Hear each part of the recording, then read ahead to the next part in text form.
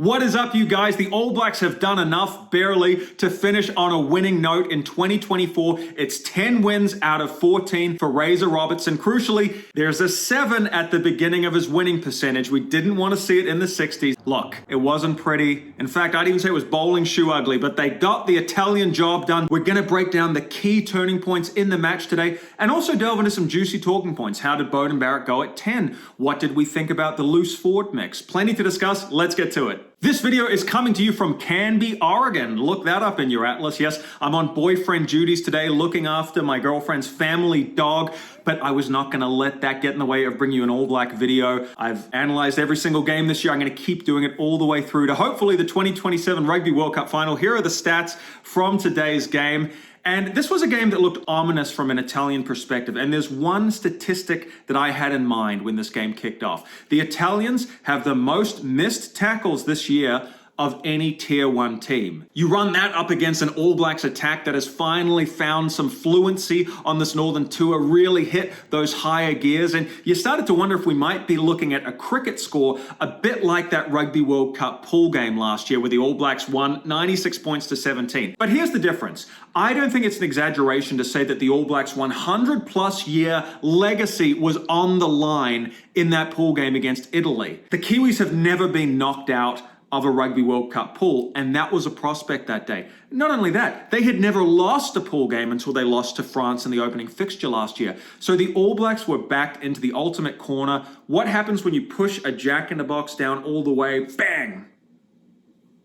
It explodes up. That's what happened. The All Blacks were back into a corner last year. They put in one of the best performances I've ever seen from the men in black, a total 80-minute performance. We did not get that today, but the stakes were simply not as high. And I don't want to make excuses around fatigue, but it was obvious to see there were some dead men walking out there for New Zealand. 5 games in a month? That'll do it. Wallace Satiti has been involved in every game. Artie Savia, Scott Barrett. I mean, these boys were probably fantasizing about hitting the beach in New Zealand when they get home. But nevertheless, they put in some good statements in the 2nd minute and the 5th minute. Their scrum immediately hit top form, absolutely destroyed the Italians.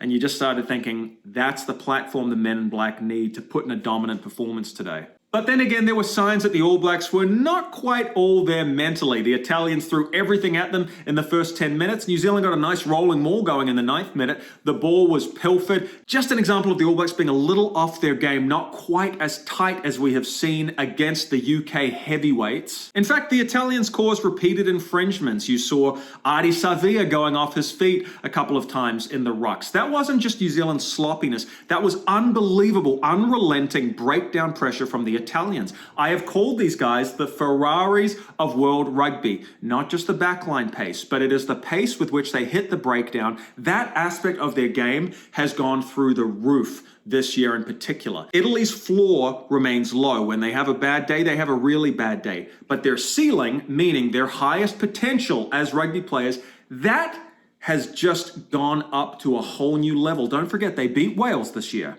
Comfortably. They beat Scotland. They should have beaten France. And so a lot of you are going to be very critical of that ugly first half from the All Blacks today. But what I saw was an Italian team that showed up, hit the breakdown with a vengeance, and caused the All Blacks the same problems that they caused the French. This is a much improved Italian side. And you guys are a very educated audience. I read your comments. You guys watch a lot of rugby. You're always consuming rugby. You're consuming it from all around the globe. I don't think a lot of you will be surprised by how much pressure the Italians put the All Blacks under, particularly in the first half. That is what Italy is capable of now.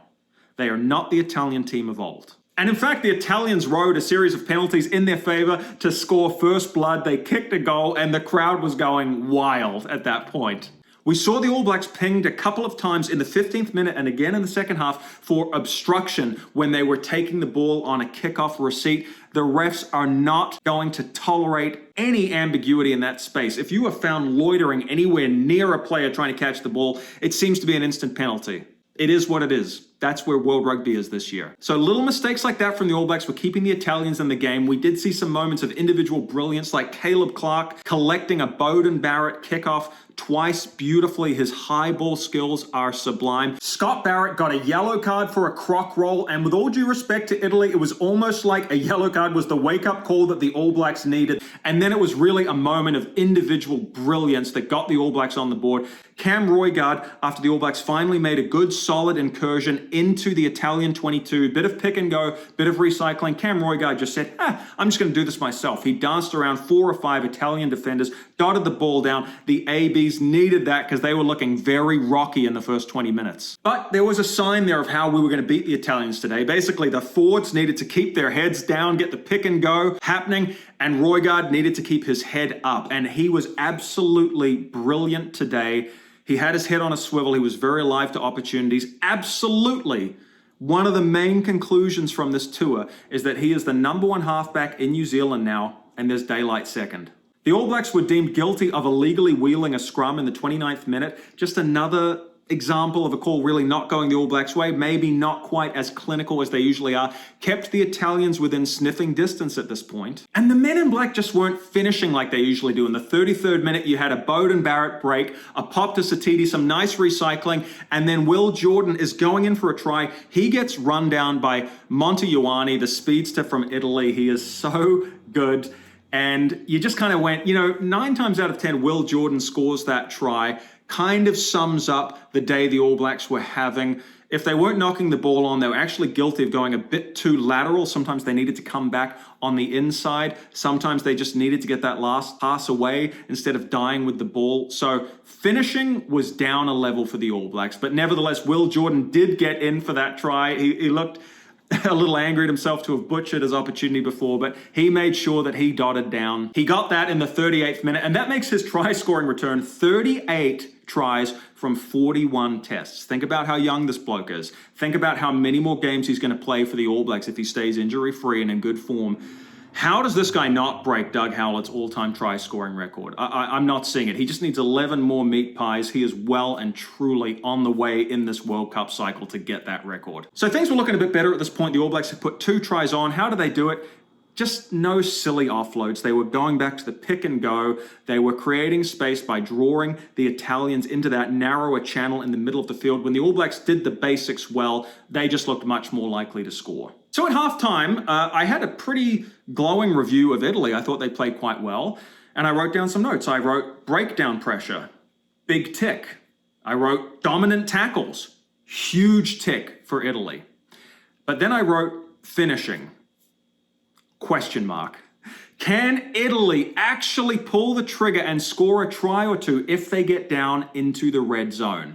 Because that was what would determine this game. And we found out the answer in the second half. In the 46th minute, some ingenious interplay from the Italian backline got them right down to the All Blacks try line. They had multiple advantages, multiple penalties, multiple rolling mauls, and they simply could not get over the line. And this is where we have to give some credit to these tired-looking All Blacks. The D held on their try line till the very end of the game. They dug in when they needed to. It was ugly, but it was also gritty. And it was also quite reassuring from a New Zealand perspective because when they needed to man up on D, they did it. They shut down absolutely everything the Italians threw at them. And really, they threw everything, including the kitchen sink, at the All Black line. And the good news today, from an attitude perspective, is that the black line did hold. Of course, the All Blacks had to keep the game interesting by getting a yellow card in the 49th minute. Anton Leonard-Brown, is he becoming a serial infringer? I feel like he has had multiple yellow cards this year. You expect better from a player as experienced as him, but that had the crowd on their feet chanting, Italia, Italia. Man, I mean, they were excited. They smelled blood. But the Azzurri just could not get the job done. They could not score a try against the All Blacks, even when they were down to 14 men. And not only that, but now the Kiwis were calling in reinforcements. You saw Safo Amua come on around the 50th minute. He certainly helped shut down the rolling mauls. You saw Tupovai come on. You saw Ofatuanga-Fasi come on, Fletcher Newell. The All Black scrum did not take a backward step. In fact, not long after that, they got a beautiful scrum penalty. Absolutely monstered the Italians. It was like a tractor just moving forward, just chewing up everything in its path. As for Beauden Barrett at 10, well, now he's getting some good ball off the back of this dominant forward display from the All Blacks, but his kicking game was mixed. Sometimes he would do a beautifully deft chip kick, like one that he put on for Will Jordan, absolutely put it in the breadbasket, couldn't have been better.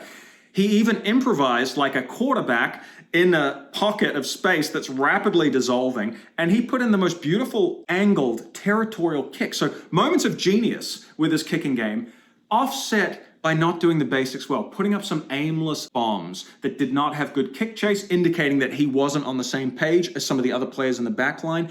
And, just a few Gary Owens that seemed like they came from a place of creative bankruptcy rather than it being the right attacking play for the All Blacks. I want to know what you guys think, because from my point of view, if I have to look at Beauden Barrett and Damian McKenzie on this tour, I feel that McKenzie came out looking the better number 10. And I base that in particular on his crunch performance against Ireland in Dublin. Say whatever you want about Ireland not being at top speed. They were the number 1 ranked team in the world at that moment, playing at home, 19-game winning streak. And that was the best performance by a number 10 on this whole tour. But what do you guys think? Is the aging Beauden Barrett going to continue at 10? Or has the pecking order shifted? Is Damian McKenzie actually now the first choice pivot? At least until Richie Mo'unga comes back. As for the rest of the game, there was a little bit of back and forth. Italy did score a late try. It was Menencella, who was absolutely one of the best players. He deserved a 5-pointer. Glad the Italians got on the board, gave the Torino faithful something to cheer about, but it was the All Blacks who would have the last laugh. Scrappy play, a rushed clearance from Italy, and Beauden Barrett collects the ball, goes down the wing, scores a nice try to put a punctuation mark on the season for the All Blacks. But it was messy, it was scrappy, a lot of opportunistic play from both sides, taking advantage of errors from the other team. Yeah, it was an error-strewn display from both sides. It was a penalty-filled game. It was not a classic, but I am pleased that the All Blacks got the job done. Wallace Satiti looked good, the scrum looked good, but mentally, a subpar effort from the New Zealanders. They just needed to get a win.